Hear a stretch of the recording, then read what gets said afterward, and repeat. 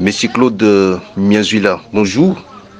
Vous êtes depuis un temps lanceur d'alerte et surtout vous parlez beaucoup plus sur la gestion de la société minière de Bakwanga. À votre niveau, comment jugez-vous la gestion de cette grande société minière depuis que la nouvelle équipe est à la tête de cette dernière? Bonjour, tout en vous remerciant de pouvoir m'accorder l'opportunité de présenter mes vues sur la minière de Bakwanga. Il est bon que je puisse souligner le fait que c'est non seulement sur la gestion de la minière de Bakwanga que je m'exprime en tout cas régulièrement, mais bien aussi concernant tous les vols de diamants qui s'y passent. Donc, voyons sa gestion. Tant managérial d'une part que les vols de diamants qui s'y déroulent en son sein.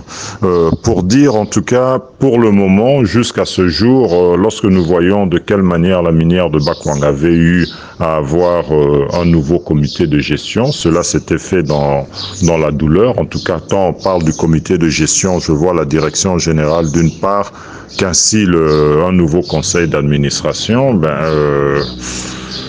est-ce que l'on n'en viendrait pas à se dire d'une certaine manière que c'est du bonnet blanc et blanc bonnet?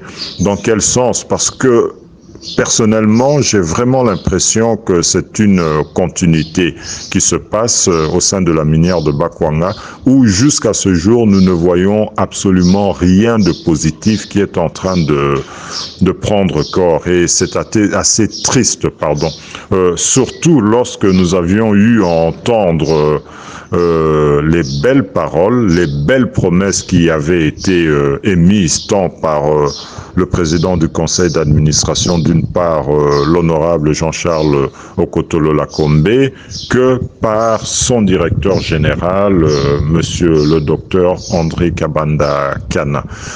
Si je parle de la sorte, parce que il avait été dit par monsieur Jean-Charles Okotolo Lakombe que avant leur entrée en fonction, il y aurait, comment je pourrais dire, une sorte d'audit qui serait réalisé en voyant le travail qui avait été effectué par leurs prédécesseurs et que, entre autres, si je ne m'abuse, l'IGF se devait aussi d'entrer en danse, mais nous voyons qu'il n'en est absolument rien. Et tant que nous allons continuer de cette manière, sur cette lancée, où l'on ne tient pas à voir les soubassements passés de tout ce qui s'était réalisé, tant sur le plan administratif, technique, juridique, sécuritaire et autres, je veux dire, ce sera toujours la même galère sur le même point et tout, et nous allons continuer à tourner en rond comme cela. Et voilà, on ne réinvente pas la roue en tout cas. Et voilà où est-ce que nous en sommes maintenant. Alors, monsieur Claude Miazula, comment jugez-vous cette révélation faite par le média, l'interview qui cite l'actuel ADG de la minière de Bakwanga d'avoir embauché un trieur retraité afin de lui permettre d'opérer dans les noirs? Bon, vous savez, dans toutes ces histoires, il y a tellement eu des vols, il y a tellement eu des complicités émanant des cadres supérieurs et de direction de la MIBA qu'à la fin, bon, c'est vraiment très particulier et puis très sensible aussi, vous savez, comme question. Bon, qu'il y ait des enquêtes, hein, mais si ce sont des enquêtes internes, je rigole même, parce que les enquêtes internes, bon, on sait où ça passe, hein, très rapidement, avec tous les moyens de coercition, que détiennent les grands de la MIBA, ce sera une histoire encore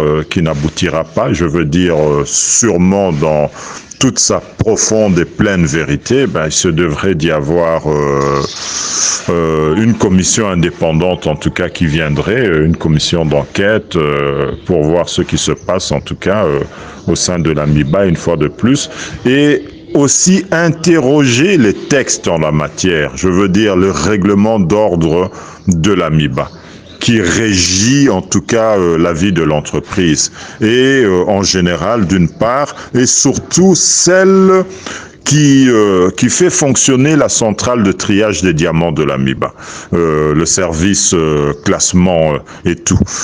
Comment est-ce que ça se passe? Qui peut y avoir accès? De quelle manière? Est-ce qu'un directeur général peut se permettre, tant directeur général d'une part que directeur général adjoint, président du conseil d'administration et voilà, et tous les autres membres même du conseil, du dit conseil. Je veux dire, bon, revenons surtout sur le cas du directeur général et du directeur général adjoint. Est-ce qu'ils peuvent se permettre? Est-ce qu'ils peuvent entrer comme cela de manière, je dirais entre guillemets, de manière intempestive ou alors sans s'annoncer, sans crier gare comme cela? Ont-ils cette prérogative d'aller au sein de la centrale de triage de diamants? Telle est la question. Et veuillez vous souvenir de ce qui s'était passé en 2009 lorsqu'il y avait eu la fameuse histoire, en tout cas, qui avait eu à défrayer la chronique en rapport avec le vol du diamant Fancy Green de 2,30 carats.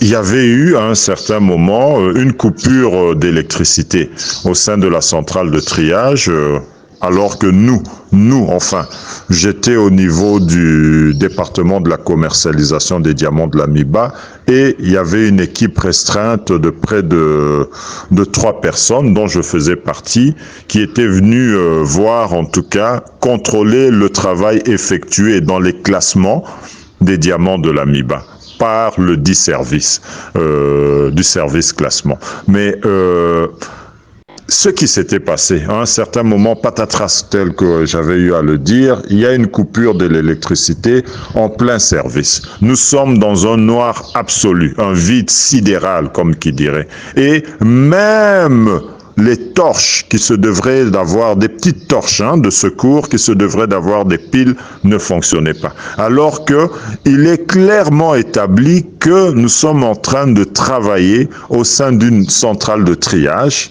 une zone de haute sécurité où nous ne vendons pas des cacahuètes, mais une substance minérale extrêmement importante et de haute valeur financière. Ben voilà. Et il n'y avait pas de caméra de surveillance durant très longtemps et surtout, ce qui était vraiment extrêmement inquiétant, c'est que j'ai eu à apprendre, enfin, à voir le fait que nous sommes restés près de 6 et 5 minutes sans électricité.